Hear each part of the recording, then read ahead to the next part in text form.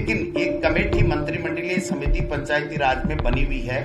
उस कमेटी ने आज तक कोई मीटिंग नहीं की, कोई तक नहीं किया। इसका मतलब ये हुआ कि राज्य सरकार से जो पंचायती राज की गाइडलाइन जा रही है, उस गाइडलाइन से जिला कलेक्टर, एसडीएम या विकास अधिकारी या नगर निकाय के ईओ कमिश्नर को काम करना है। यही कानून है और यही कानून होना चाहिए और यही आज तक होता रहा है। लेकिन यहाँ तो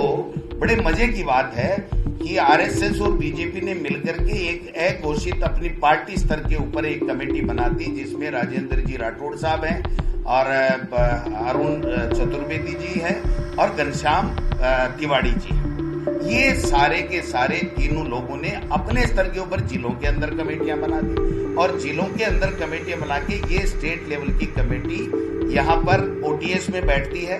पंचायती राज और नगर निकाय के अधिकारियों को बुलाती है,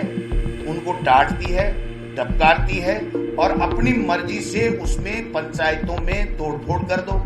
पंचायतों के नगर निकाय के वार्डों में तोड़फोड़ कर दो, सीमावर्ती कर दो। ये नेता कह रहा है ये कैसे जीत सकता है, भारतीय जनता पार्टी का चेयरमैन कैसे बन सकता है, प्रधान कैसे बन सकता है, उस तरीके से आप कर दो। और अचंभे की बात यह है और बड़ी चिंता की बात है कि एक तरीके से पूरी सरकार को इन्होंने हाईजैक कर लिया और अपने साइनों से लिख लिख के विभाग के, नगर निकाय और पंचायत राज के अधिकारियों को आदेश दे रहे हैं कि इस गांव में से इसको हटा दो, इस गांव में इसको जोड़ दो, इस वार्ड को छोटा कर दो, ये मुस्लिम का वार्ड है इसको बड़ा कर दो। ये 4 पार्षद जीत के आते थे, ये एक ही आना चाहिए, अगर आए तो 3 फिर दूसरे के बढ़ा दो, बीजेपी के लोगों के बढ़ा दो। ये इस तरीके का खेला जो किया जा रहा है वो पूरी तरीके से गैर कानूनी है, नियम विरुद्ध है